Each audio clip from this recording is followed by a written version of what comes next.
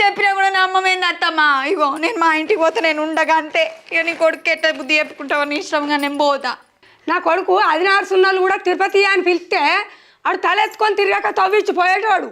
నువ్వు అసలు నిందలు ఎత్తున్నవేమే. ఇప్పుడు నీకు తెలిసిన రోజు నువ్వే అంటావు పాటు నేను పోతే. ఎటు పోతావు? రమ్మంటే అచ్చుడు పొమ్మంటే వాడు నీ కథలు అనుకుంటున్నావా? మరి గసండి లెక్కలు చేసుకోవడానికి నేను ఎందుకుంటా మరి.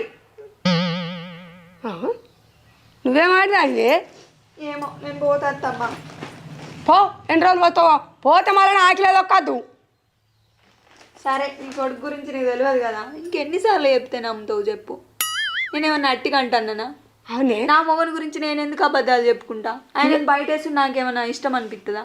మరి ఇప్పుడు వేస్తావు, నువ్వు ఇల్లు వెళ్తే బయట వేసినట్టే అన్ని. నీకు చెప్పుకుంటానా? నేను అందరికి ఎందుకు చెప్పుకుంటా? నువ్వు అత్తవు కాబట్టి చెప్తానా నీ కొడుకు చేసి లెక్కలు. నువ్వు అతుకున పెట్టుకొని కొంత బుద్ధికి తెచ్చుకోయే. ఇల్లు వెళ్తే ఏల్యమవుతుంది బతుకు.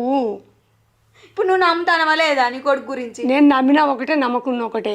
అగో నేను నమ్మిన ఒకటేనట, నమ్మకపోయిన ఒకటేనట. అంటే నీ కొడుకు చేసే లెక్కలన్నీ నీకు ఏర్పాటే కదా. మీరు అందరు కలిసి నా జీవితంతో ఆడుకుంటారు, నాకు అర్థమైంది పట్టు.